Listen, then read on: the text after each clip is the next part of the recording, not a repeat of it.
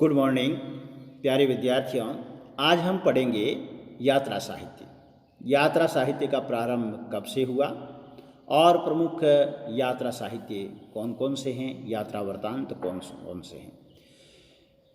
हम देखते हैं कि हिंदी में यात्रा वृत्तांत लिखने की परंपरा का सूत्रपात भारतेंदु से माना जाता है। कब से?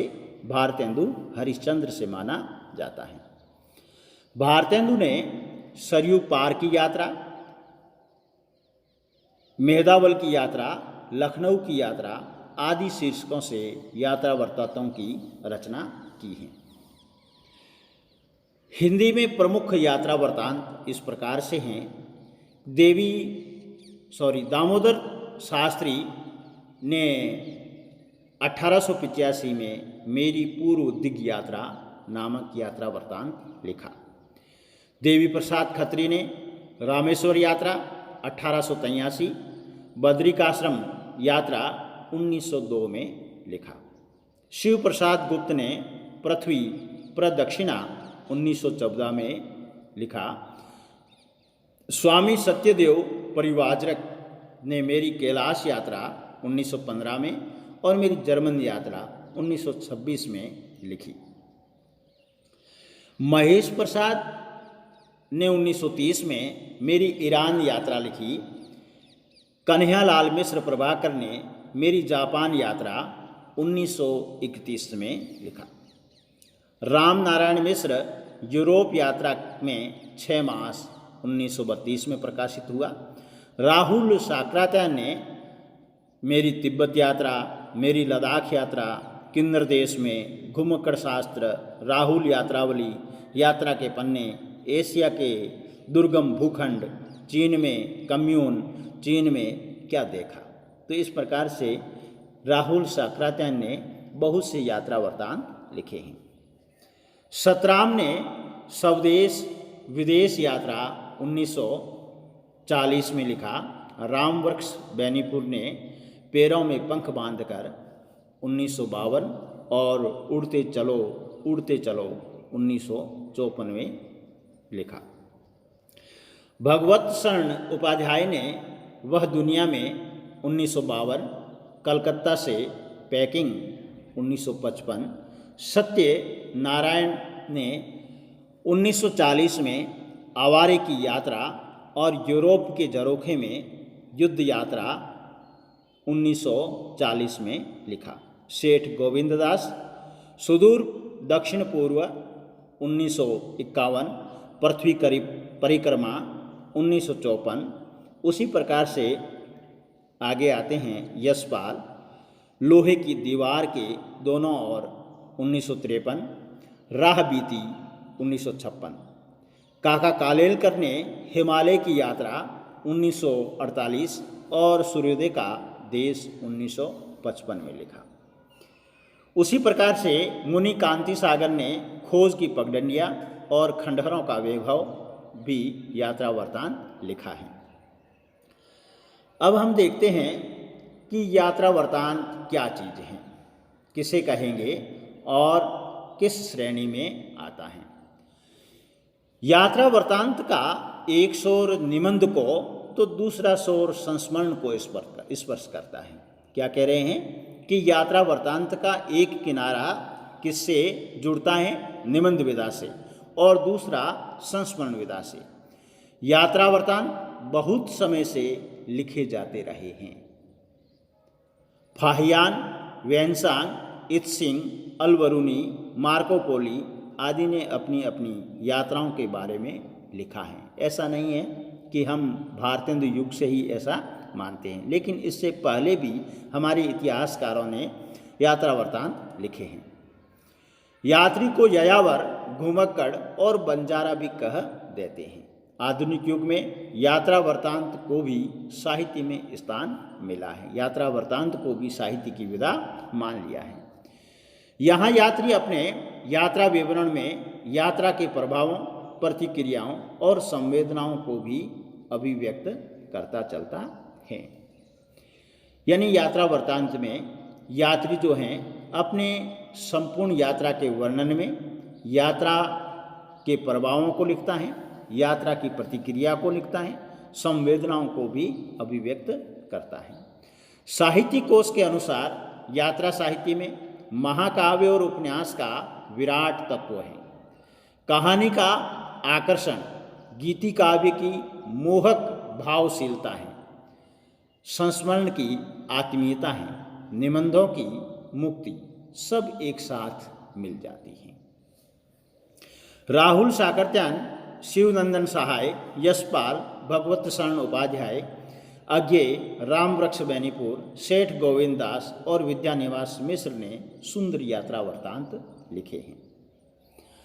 आजकल विदेश भ्रमण के साथ साथ भारत भ्रमण संबंधी यात्रा साहित्य भी लिखा जा रहा है।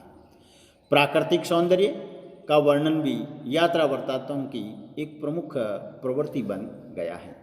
विदेशों का नहीं, भारत भ्रमण का भी यात्रा वर्णन लिखा जा रहा है। अब यात्रा वृत्त का लेखक केवल नरेशन नहीं करता, वह तथ्य के साथ साथ अभिव्यक्ति पर भी ध्यान देता है। इस प्रकार यात्रा वृत्तांत लेखक सृजनशील साहित्यकार कहलाता है। कुछ उल्लेखनीय यात्रा वृत्तांत लेखक हैं राहुल साकरत्यान ने मेरी चीन यात्रा, यात्रा के पन्ने भगवत चरण उपाध्याय ने वो दुनिया सागर की लहरों पर, अज्ञेय ने अरे यायावर रहेगा याद, एक बूंद सहसा उछली, यशपाल का राह बीती, रामवृक्ष बेनीपुर का पाँवों में पंख बांधकर, डॉक्टर सत्यनारायण का यूरोप के झरोखे में, गोपाल प्रसाद व्यास का अरबों के देश में और निर्मल वर्मा का चीड़ों पर चांदनी, ये प्रमुख यात्रा वृत्तांत हैं। अब हम देखते हैं कि थोड़ा सा विस्तृत इसका वर्णन देख लें। यात्रा वृत्त लेखक की परंपरा आधुनिक युग में आविर्भूत साहित्यिक प्रवृत्ति नहीं है। मेघदूत और रघुवंश में हमें इस परंपरा के बीज दिखाई देते हैं, जो यात्रावर्त लेखन की सुदीर्घ परंपरा को दर्शाते हैं कि ये तो बहुत पुरानी परंपरा है तथा अनेक महत्वपूर्ण सांस्कृतिक एवं ऐतिहासिक तथ्यों का परिचय देते हैं।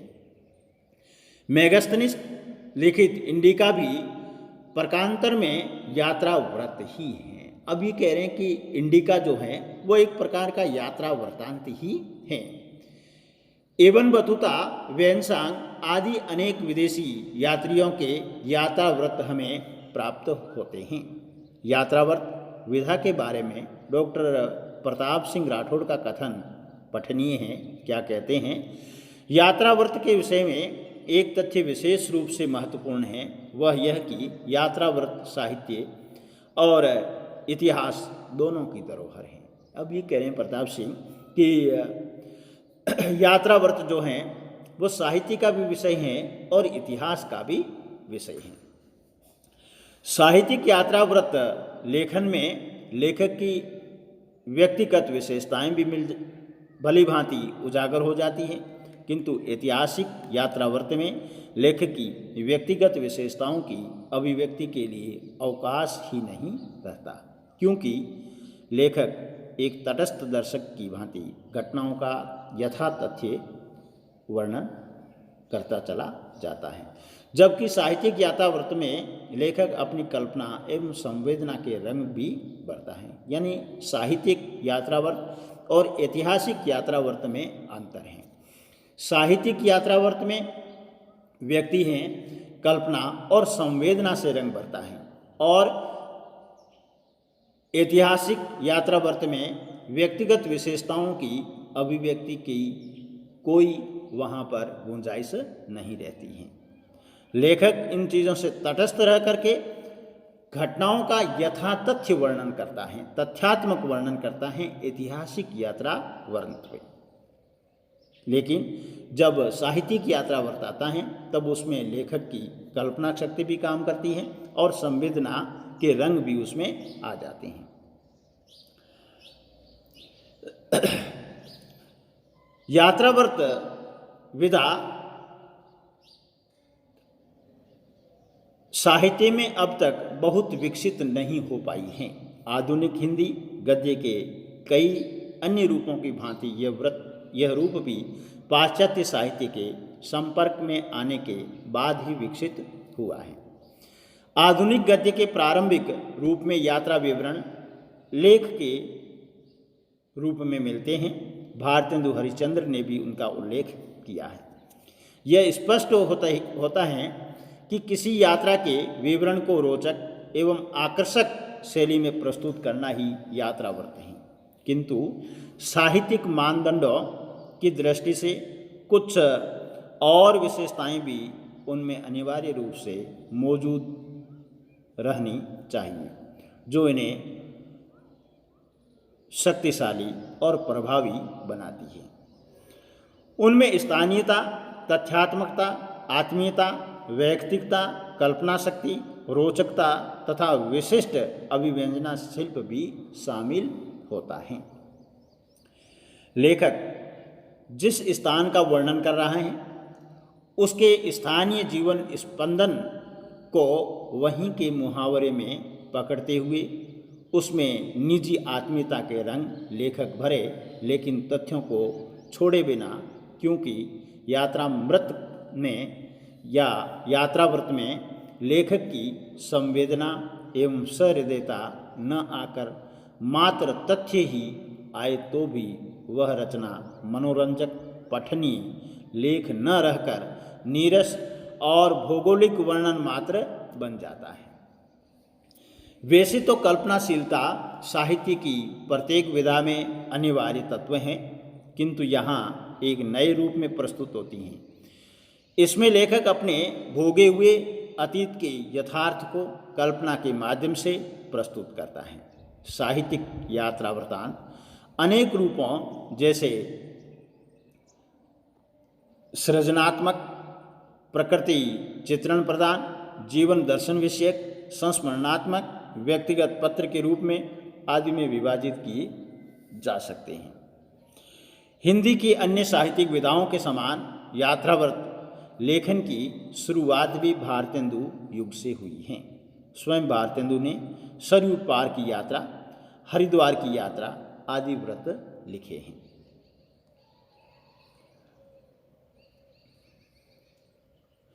द्विवेदी युग में भी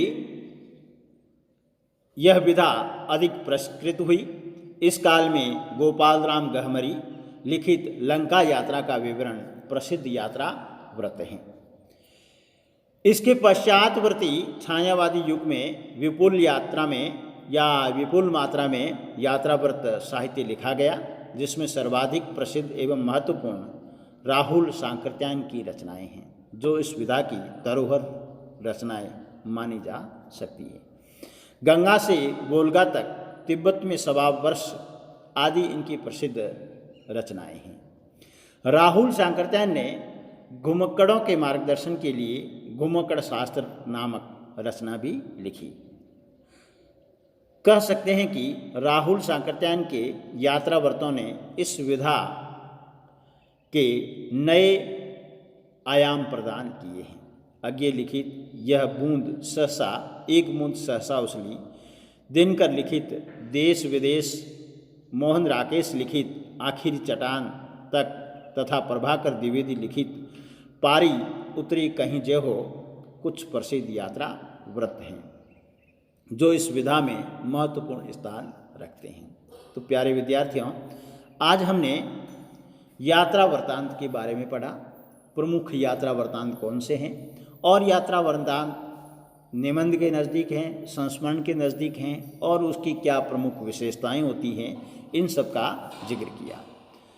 आपको मेरा ये विश्लेषण कैसा लगा? आप हमारे YouTube चैनल पर सब्सक्राइब करके, कमेंट करके, लाइक करें और शेयर करें। धन्यवाद।